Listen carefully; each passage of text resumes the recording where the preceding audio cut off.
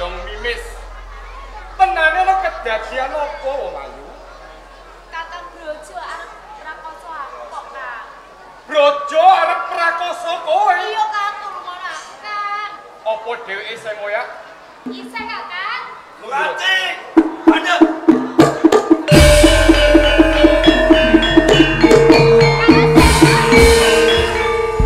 Ayo, nek kene iki ora ana selo sing ngomong aku, ayo Buranti.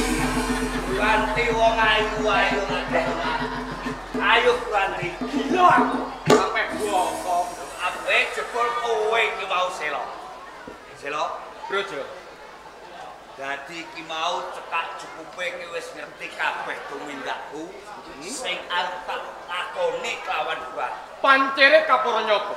Brojo. Ana apa? Kowe lan aku iki padha-padha murid.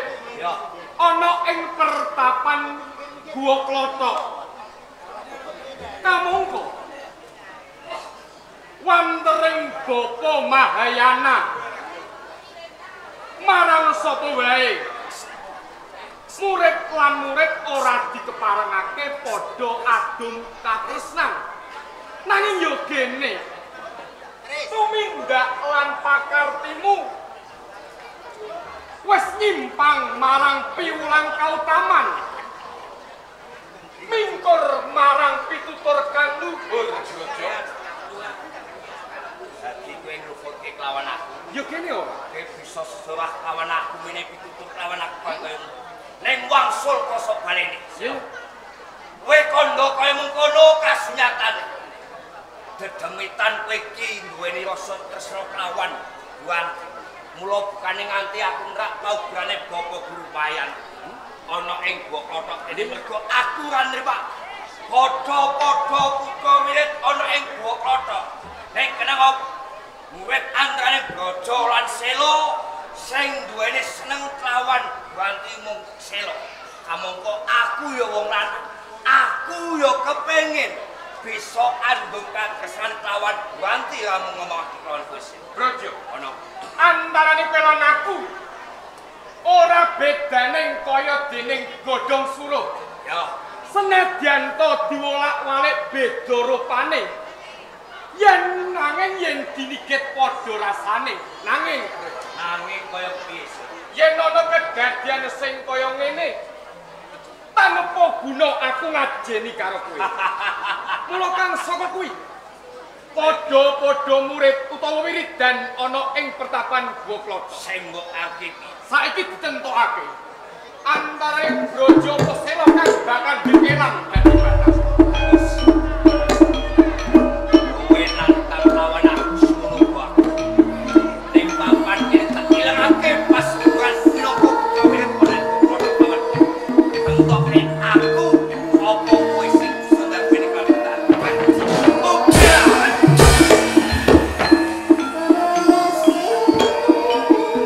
Amen.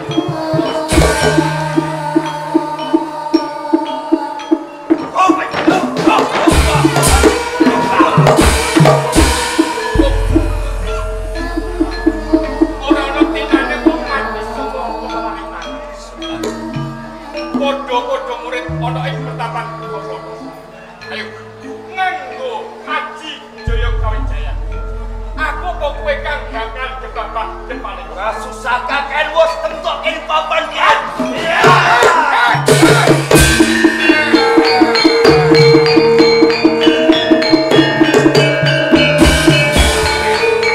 Sampeyan iki dadi wong tuwa, mbok iya aja nyaruwus perkarane wong nom.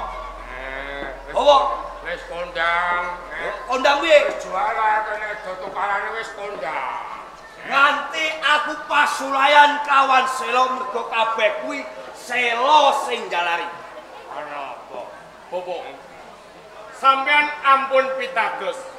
Ngantos kula cengkah kalian Brojo. Awit piyambakipun badhe tegel lan mentala merakosa dhateng Endang Wiranti, Bobo.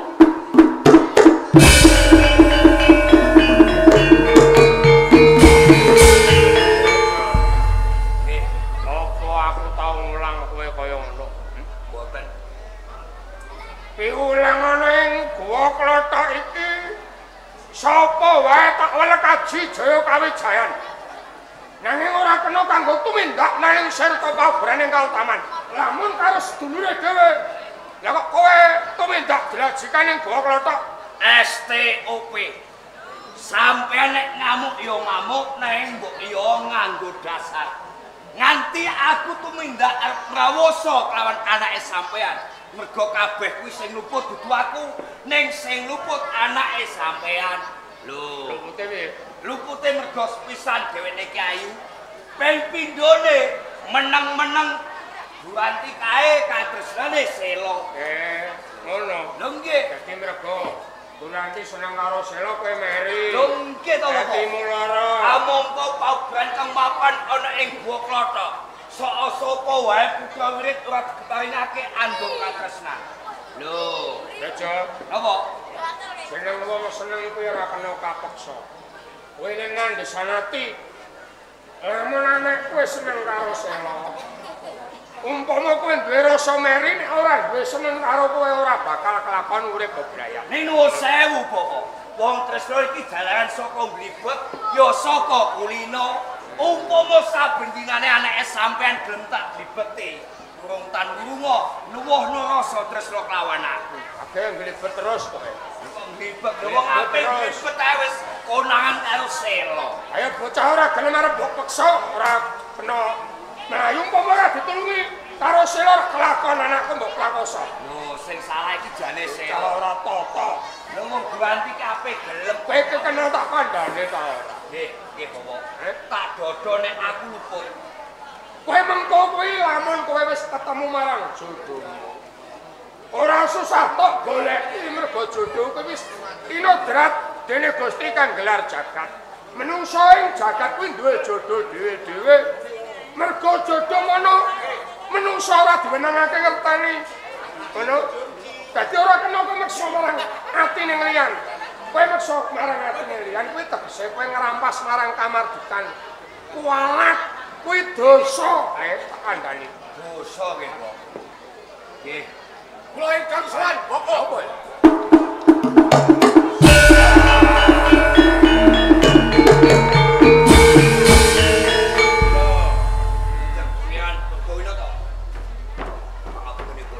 Jam pemilihan wah gagah piteksa.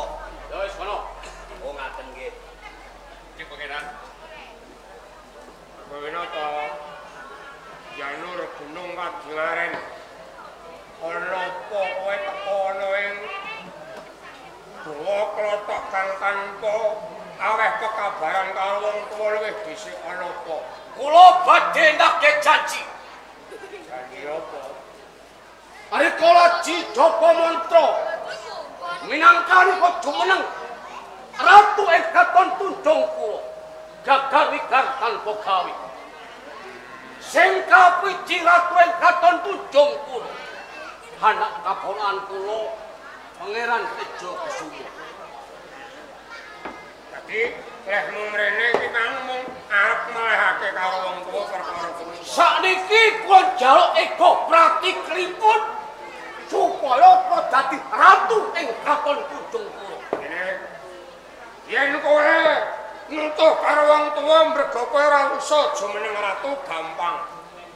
Ana carane. Lajeng punapa carane? Carane Tejo Kusuma kudu mati. Kula pejalan kula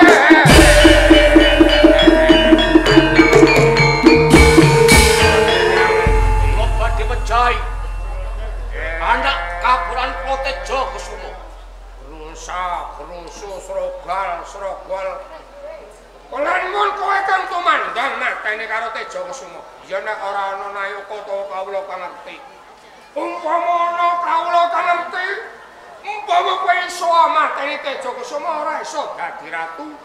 Mergo kowe mesti mlebu jroning pakunjaran. Carane aja kowe kang tumandang. Menawi kula mboten tumandang sinten ing saka bebantu kalan kula. Raja, Nggih, lan kowe Sela. ijin kula Lho, ana dalan kanggone kamuktenmu leh murid. Lehmu necap kaweruh ing ngersane wong tuwa. Iki ana gawean kanggo kowe. Perdamelan. Penggawean kanggo kamukteni besok. Kowe kudu bisa mateni Pangeran Tejo Sumo.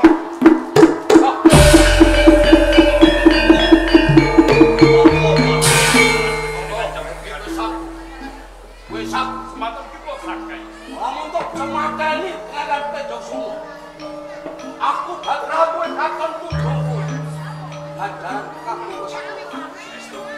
Saged kula kuwi pangantuk panjenengan. Nggih, jenengan. Nek pancen sesanti panjenengan kasemat mateng kula lan kula sira. Kula saged sampeyantu ngejepati kan Pangeran Tejo Sumo. Kalole Nuwun pangestune panjenengan. hati-hati wae. Panjenengan pangestune panjenengan.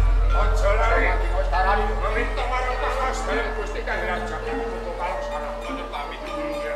Nuwun pamit. Hati-hati. Aja nganti kowe tarani.